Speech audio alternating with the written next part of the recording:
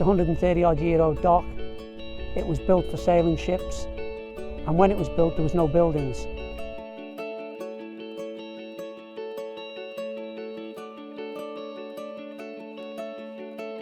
There's only 2 dry docks in the whole of New Zealand. One of them is in Devonport, and that's a naval dockyard.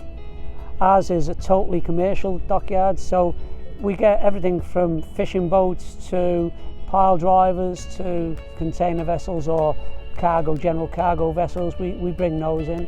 So basically it doesn't worry us what type of ship it is, so long as its physical sizes will fit in the dock, then yeah, we bring it in. Well, basically what happens is the ship says, can we use your dry dock?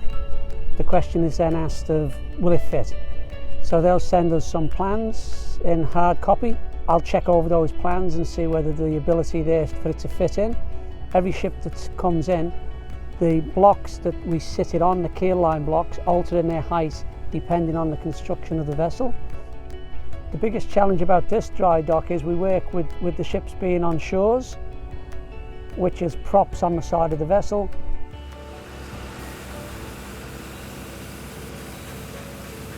The painters will water blast all the paint off the underneath of the vessel, all the flake paint, and prime it and repaint it. That's the major job. It's done every time.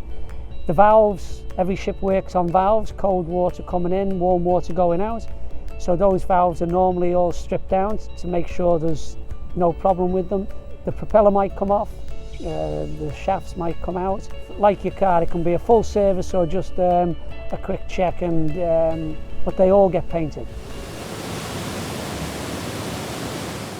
The average time we have a turn a ship around is around 10 days, 10 to 15 at the maximum. So between 40 and 50 ships a year. If you do the maths, obviously there's not enough days in the year, but we do bring 2 and possibly 3 in at any one time. The building houses our officers and draftsmen's ability upstairs. So whereas the old one was a very ornate brick building, this one is obviously a more modernistic tin.